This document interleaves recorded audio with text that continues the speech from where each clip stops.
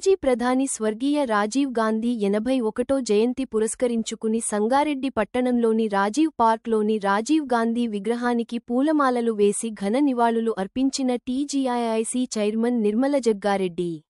ఈ కార్యక్రమంలో టీపీసీసీ ప్రధాన కార్యదర్శి తోపాజీ అనంతకిషన్, ఆత్మ కమిటీ చైర్మన్ ప్రభు, యూత్ కాంగ్రెస్ కార్యదర్శి కూన సంతోష్, మాజీ కౌన్సిలర్లు నవాత్ నాగరాజు, వెంకటరాజు, కసినిరాజు, ఆర్టీఐ మెంబర్ తాహేర్, ఆత్మ కమిటీ డైరెక్టర్ రాజంపేట శ్రీనివాస్, కాంగ్రెస్ నాయకులు కిరణ్ గౌడ్, నవాజ్, యాదగిరి, కుతుబ్, నాగరాణి, మహేష్, ఆరిఫ్, ప్రశాంత్, శాంతి, అరుణ్, ప్రభాకర్, జుబేర్, గౌస్, శంకర్, జైపాల్ రెడ్డి, దయాకర్ రెడ్డి తదితరులు పాల్గొన్నారు.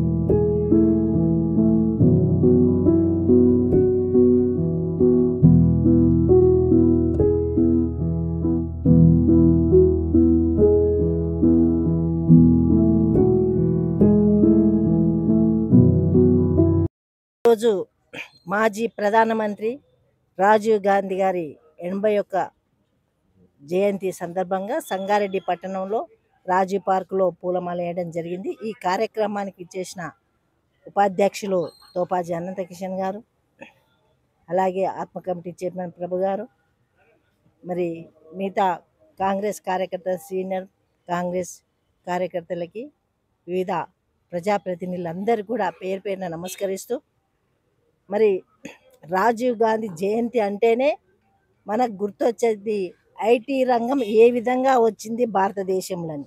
ఎంతోమంది ప్రధానమంత్రులు అయ్యిండ్రు మనకు తెలుసు, కానీ కాంగ్రెస్ పార్టీలో చేసిన ప్రధానమంత్రులే దేశానికి చేసిన సేవలు ఉన్నాయి, గుర్తింపు ఉంది, ఒక చరిత్ర ఉంది.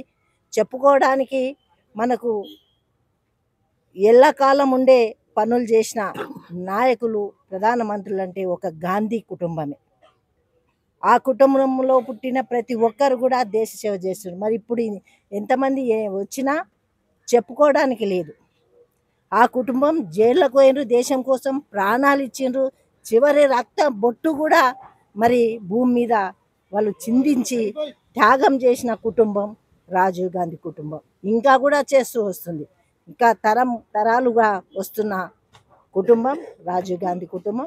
మరి ముఖ్యంగా రాజీవ్ గాంధీ గారు యువకులకు ప్రాధాన్యత ఇచ్చి 21 సంవత్సరం ఓటు హక్కు ఉంటే 18 సంవత్సరాలకి చేసి మంచి ఆలోచనతో మరి దేశ రక్షణ చేసేగల శక్తి యువకులకు ఉంటుందని చెప్పి 18 ఏళ్ళకి ఓటుగా కల్పించిన నాయకుడు రాజీవ్ గాంధీ గారు.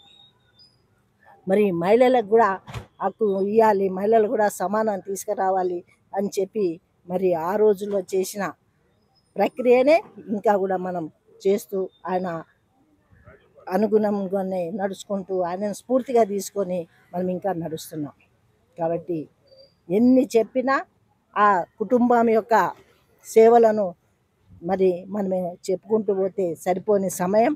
మరి ఏ పార్టీ వచ్చినా ఏం చేసినా దోసుకొని దాచిపెట్టుకోవడమే కానీ కాంగ్రెస్ పార్టీలో ఈ కుటుంబం అనేది చరిత్రలో నిలిచిపోయే కుటుంబం. కాబట్టి రాజీవ్ గాంధీ మనమందరం కూడా జన్మదిన శుభాకాంక్షల సందర్భంగా దేశానికి వాళ్ళు చేసిన సేవలను మనం కూడా గుర్తించి అదే మార్గంలో అదే స్ఫూర్తితో వెళ్ళాలని కోరుకుంటూ సెలవు తీసుకుంటున్నాను.